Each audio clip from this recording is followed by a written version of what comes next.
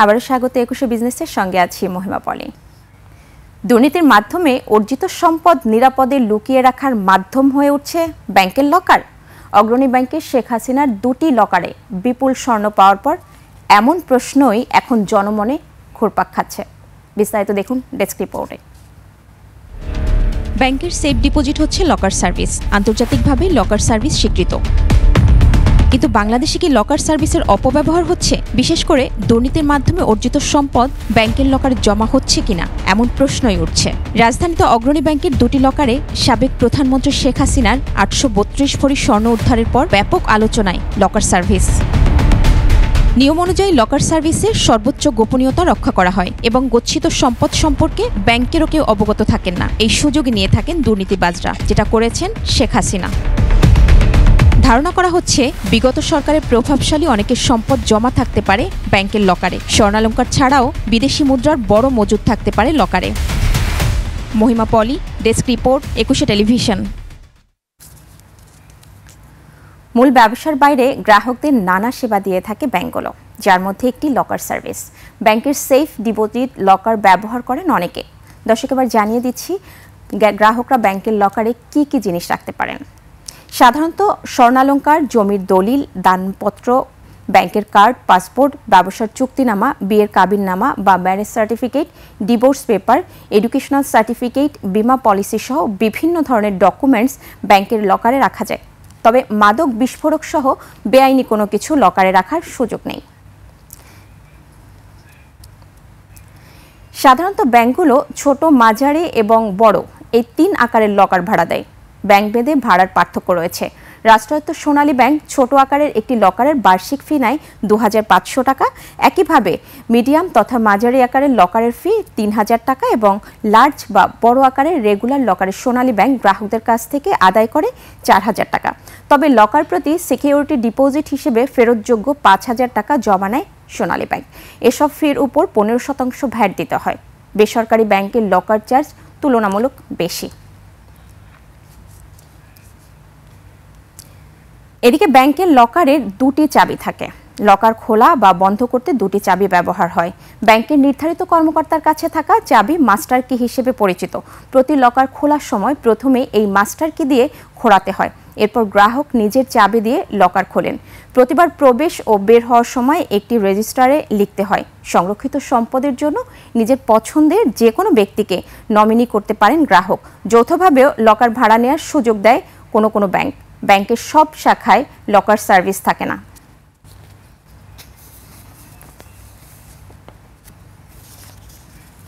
এবার যাব অন্যান্য প্রসঙ্গে। খেলাপি ঋণ আদায়ে বেক্সিমকো গ্রুপের বন্ধকি সম্পত্তি নিলামে তুলেছে জনতা ব্যাংক। এ নিয়ে বিজ্ঞপ্তিও প্রকাশ করেছে ব্যাংকটি। বলা হয়েছে ৩১ অক্টোবর পর্যন্ত সুদসহ বকেয়া ঋণ আদায়ে বেক্সিমকোর বেল টাওয়ার বিক্রি করা হবে। অগ্রণী ক্রেতাদের ১০ ডিসেম্বরের মধ্যে দর প্রস্তাব জমা দিতে বলা হয়েছে। সাদাত হাবিবি সেতুর রিপোর্ট। রাষ্ট্রায়ত্ত জনতা ব্যাংকে বেক্সিমকো গ্রুপের মোট ঋণ রয়েছে প্রায় ২৪,০০০ কোটি টাকা। এর মধ্যে দুই প্রতিষ্ঠানের ২৫০০ কোটি টাকা খেলাপি ঋণ আদায়ে গ্রুপটির কারখানা, জমি এবং প্রধান কার্যালয় বেল টাওয়ার বিক্রির জন্য নিলাম ডেকেছে ব্যাংকটি। ব্যাংক তার যে লিগ্যাল কোর্স অফ অ্যাকশন সেই অনুযায়ী ব্যাংক প্রসিড করছে, সেটা প্রসিড করাটাই তার জন্য স্বাভাবিক। কারণ কোর্ট থেকে তার ফেভারে নিশ্চয় ডিগ্রি রায় আসছে, সুতরাং সে তো যাবে এটা এক্সিকিউশন করার জন্য। কারণ টাইম লিমিট আছে, টাইমের মধ্যে তাকে প্রসিড করতে হবে। বেক্সিমকো গ্রুপের এসএস ফ্যাশন লিমিটেডের ১১৩৩ কোটি টাকা আদায়ে প্রতিষ্ঠানটির সম্পদ নিলামে তোলার ঘোষণাও দেওয়া হয়েছে। গত ৩১ অক্টোবর পর্যন্ত প্রতিষ্ঠানটির জনতা ব্যাংকের খেলাপি ঋণের পরিমাণ ছিল ১১৩৩ কোটি টাকা। We are passing through the transitory period. এবং কোনোটাই কিন্তু কেউ কিন্তু চিন্তা ভাবনা করে আগাবে না। কিন্তু সিচুয়েশন কিন্তু এরকম প্রিকারিয়াস সিচুয়েশন। নেক্সট ইলেকশন হবে, পলিটিক্যাল গভর্নমেন্ট আসবে, তার নীতি নির্ধারণী কি হবে, দ্যাট ইজ অ্যানাদার চ্যাপ্টার। যে ঋণ নেওয়ার এগেনস্টে যে ১,০০০ কোটি টাকার যে সম্পত্তি যদি নিলামের যে প্রচেষ্টা চালিয়ে যাচ্ছে, এটা থেকে যদি সরে এসে যদি পলিসি সাপোর্টের মাধ্যম দিয়ে যদি ঋণগুলোকে আবার আপনার রেগুলারাইজ করা যায়, তাহলে অর্থনীতি বেনিফিটেড হবে। এছাড়া বেক্সিমকোর গাজীপুরে ৩৫২৭ জমি ও কারখানা, আশুলিয়ার ১৪৬.৬৫% এবং নারায়ণগঞ্জের ৪৪৪% জমি বিক্রি করা হবে। গত 21 নভেম্বর বেক্সিমকো গ্রুপের 3 প্রতিষ্ঠান ইন্টারন্যাশনাল নিটওয়্যার অ্যান্ড অ্যাপারেলস লিমিটেডের ইউনিট 1 ও ইউনিট 2 1755 কোটি টাকা, আরবান ফ্যাশনসের 724 কোটি এবং অ্যাপোলো অ্যাপারেলসের 816 কোটি টাকা ঋণ আদায়ে আরেকটি নিলাম বিজ্ঞপ্তি প্রকাশ করে জনতা ব্যাংক। কোয়ালিটির জাজমেন্টাল ইস্যু, যে এটা সে বায়ার পাবে কিনা, আদৌ বায়ার পেলে সেটা প্রসিস্ট কত জেনারেট হবে, যেটা তাকে কভার আপ করতে পারবে কিনা, অথবা কনসিডারিং এ ডিস্ট্রেস সিচুয়েশন, যে তার যে ইন্টারেস্ট পার্ট আছে সেই ইন্টারেস্ট পার্টে কোনো রকম ভাবে সে কোনো ওয়েভারে যাবে কিনা। 30,000 কোটি টাকা 20,000 কোটি টাকা ঋণের বিপরীতে যদি আমি 500 কোটি টাকা বা 1,000 কোটি টাকার সম্পত্তি আমি নিলামে দিই, তাহলে দেখা যাচ্ছে যে অর্থনীতি অনেকভাবেই ক্ষতিগ্রস্ত হওয়ার সম্ভাবনা রয়েছে। এতে করে দেখা যাচ্ছে যে অর্থনীতিতে একটা কর্মসংস্থানের একটা ব্যাঘাত ঘটবে। এদিকে ঋণ সংকটে বন্ধ হওয়ায় বেক্সিমকো টেক্সটাইল কারখানা লিজ নেওয়ার প্রক্রিয়ায় রয়েছে জাপান বাংলাদেশি প্রতিষ্ঠান রিভাইভাল আর যুক্তরাষ্ট্রভিত্তিক প্রবাসী বাংলাদেশি প্রতিষ্ঠান ইকোমিলি। সাদাত হাবিবি সেতু, 21 টেলিভিশন, ঢাকা।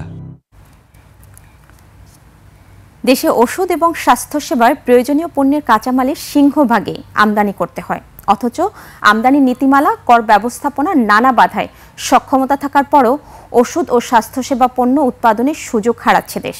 গুনতে হচ্ছে বাড়তি দাম। এর উপর এলডিসি থেকে উত্তরণের প্রক্রিয়া শুরু হলে আরও বাড়তে পারে স্বাস্থ্যসেবা ব্যয়। সাদাত হাবিবি সেতুর আরও একটি রিপোর্ট।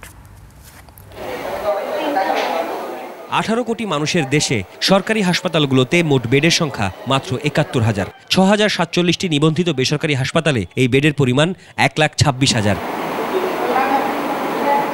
বিশ্লেষকরা বলছেন, এত সীমিত সুযোগের কারণে দেশের প্রতি 4টি পরিবারের একটি পরিবারকে আয়ের 10% ব্যয় করতে হচ্ছে স্বাস্থ্যসেবায়। আর এইসব পরিবারের বড় একটি অংশ প্রতি বছর অতি দারিদ্র্যের দিকে ধাবিত হচ্ছে। 25% অফ দ্য হাউজহোল্ড তাদের ইনকামের 10%-এর বেশি হেলথের পিছনে ব্যয় করে। এইটা ব্যয় করতে গিয়ে আবার যেটা হচ্ছে 5 থেকে 6% মানুষ দারিদ্র্য সীমা নিচে চলে যাচ্ছে। স্বাস্থ্যসেবায় যেমন বাড়ছে খরচ, চাপ রয়েছে ওষুধেও। ওষুধ তৈরির কাঁচামালের 90% আর স্বাস্থ্যসেবা পণ্যের কাঁচামালের 80% আমদানি করতে হয়। ফিনিশড প্রোডাক্টে যে পরিমাণ আমাদের ট্যারিফ আছে, র মেটেরিয়ালসের ট্যারিফ তার থেকে বেশি। মঙ্গলবার ব্যবসায়ীদের শীর্ষ সংগঠন এফবিসিসিআই এর উদ্যোগে দেশের স্বাস্থ্য খাতের উন্নয়ন বিষয়ক সেমিনারে উঠে আসে বেসরকারি খাতের ক্ষোভ, অভিযোগ। আপনি ইন্ডিয়ার ওষুধের সাথে আমাদের ওষুধের সেম ওষুধ মিলান, যদি আমাদের ওষুধ একটার দাম বেশি থাকে, আমি ওপেনলি বলে গেলাম। লাইসেন্সিং একটা ইস্যু আছে, সেগুলো আসলে আমরা কেউ অস্বীকার করছি না, এটা করা দরকার, কিন্তু করাটা হচ্ছে না। এক এক দোকানে এক এক রকম দাম, এগুলা কি কোনো নির্ধারণ করা যায় কিনা? সরকারি নানান অযৌক্তিক শর্ত আর বিধিমালার সংকট নিয়ে সমালোচনা রয়েছে খোদ সরকারের মধ্যেই। 30টা থেকে 40টা আমাদের কোম্পানিগুলো প্রডিউস করে, বাকিগুলা 170-এর মধ্যে তৈরি করে না। ইন্ডিয়ার থেকে সমানে স্মাগল হচ্ছে এখন মেডিসিন। সামনে আমাদের গ্রাজুয়েশন, এই গ্রাজুয়েশনের পরে আমরা খুবই শঙ্কিত যে এখন যে মূল্যে আমরা ওষুধপত্র পাচ্ছি সেই মূল্যে আমরা পাবো না। এ সময় স্বাস্থ্য বিভাগ বেসরকারি হাসপাতালের লাইসেন্স নবায়নের সময়সীমার বৃদ্ধির আভাস জানায়। 1 বছরে কোনো নবায়ন হয় না, এটা একটা হয়রানি। সুতরাং অবশ্যই আমাদের নবায়নের এরিয়া আমরা খুব সম্প্রতি 3 বছর করার চেষ্টা করব আর কি।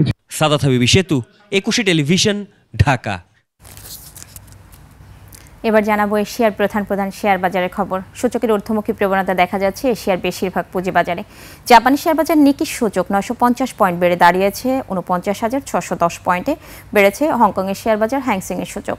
হ্যাংসেংয়ের সূচক 117 পয়েন্ট বেড়ে অবস্থান করছে 26,012 পয়েন্টে। বেড়েছে সিঙ্গাপুর এসটিআই সূচক, এটি 23 পয়েন্ট বেড়ে অবস্থান করছে 4,509 পয়েন্টে। চীনের শেয়ার বাজার সাংহাই কম্পোজিট ইন্ডেক্স অবস্থান করছে 3,876 পয়েন্টে, যা আগের দিনের চেয়ে 6 পয়েন্ট বেশি। বোম্বের সেন্সেক্স 30 ইন্ডেক্সকে দেখা যাচ্ছে ঊর্ধ্বমুখী প্রবণতায়। সেন্সেক্সের সূচক 756 পয়েন্ট বেড়ে অবস্থান করছে 85,343 পয়েন্টে। কমেছে থাইল্যান্ডের থাই স্টক এক্সচেঞ্জের সূচক, এটি 0.71 পয়েন্ট কমে অবস্থান করছে 1,268 পয়েন্টে। দর্শক, এবার নিচ্ছি ছোট্ট একটা বিরতি। বিরতির পর পাট ও পাটজাত পণ্যের রপ্তানি পরিস্থিতি নিয়ে আমরা কথা বলবো বাংলাদেশ বহুমুখী পাট পণ্য উৎপাদক ও রপ্তানিকারক সমিতির সভাপতি রাশেদুল করিম মুন্নার সঙ্গে। ততক্ষণ সঙ্গেই থাকুন।